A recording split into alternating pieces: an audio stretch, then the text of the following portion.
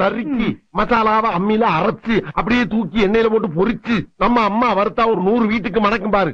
அந்த மாதிரி கம கம கம கம கம கமன்னு சமைச்சு மண்டைய மாமனுக்கு வாழைய மருமனுக்கு நடு துண்ட உன் தம்பிக்கும் தனியா பொரிச்சு கொடுக்குற. எனக்கா இன்னைக்கு சமையல பின்னு பின்னு பின்ற. இதுலதான் உன் தம்பி மேல எவ்வளவு பாசமா இருக்குன்றத பாக்க போறேன். அக்கா போயிட்டு ஒரு 5 நிமிஷத்துல வந்துடுவா. 5 நிமிஷத்துல என்னடா பண்ண முடியும்? சரி கூட ஒரு 5 நிமிஷம் சென்று வர்றேன். மீனை பச்சையா பாக்கும் போதே நாக்கு